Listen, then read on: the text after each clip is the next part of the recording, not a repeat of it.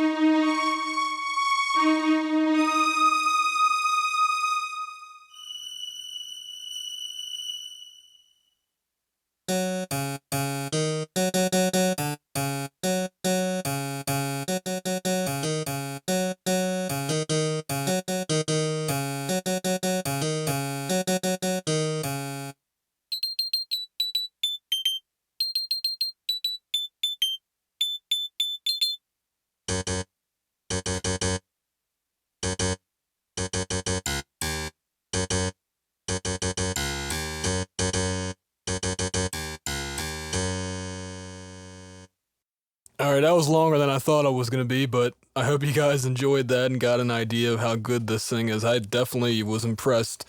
And like I said, my only problem is that there's not two of them for stereo recording. But yeah, guys, leave your comments below and also check out the electric guitar shootout. Once the full review is done, I will also have a bass guitar shootout as well so that you can hear another aspect of the performance of this interface.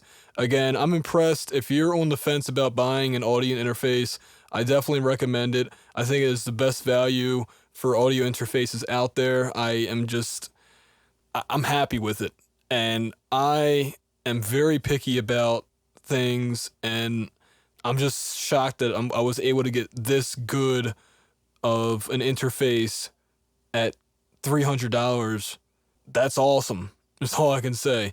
And I'm actually looking to get the Audient ASP880 in the future to complement this, and that's actually a big reason why I bought the interface, is because it was expandable and I'll have 10 inputs to work with. Awesome stuff. Awesome quality. My mixes, it's so easy to mix audio that's recorded with this thing. It's almost like cheating in a way. And if I can give you guys advice, it's to definitely buy either this, or if you don't have $300, honestly, I would say save up, because the ID4 is good, but you're going to regret not being able to record with 2 channels and also not having expansion. So for $100 more, get yourself an ID14. I mean, the ID4 is cool because it has mobile phantom power, but I don't think it's worth it for just that feature alone. You're gonna want 2 channels of microphone inputs down the line, plus the ADAT expandability. I can't stress enough how important that is to be able to upgrade later on and add, even if you just get a Behringer interface or any other brand that supports ADAT.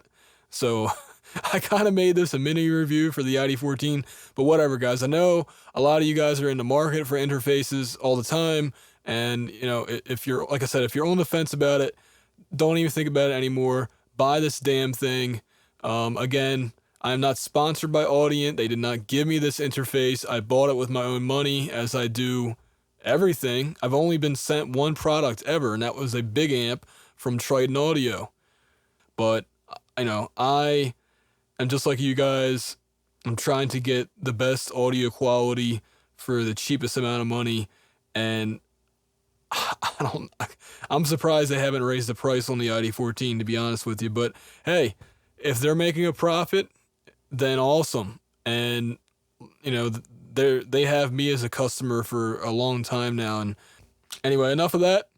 You'll be seeing the full review hopefully by the end of February. This has been Adam for RealHomeRecording.com.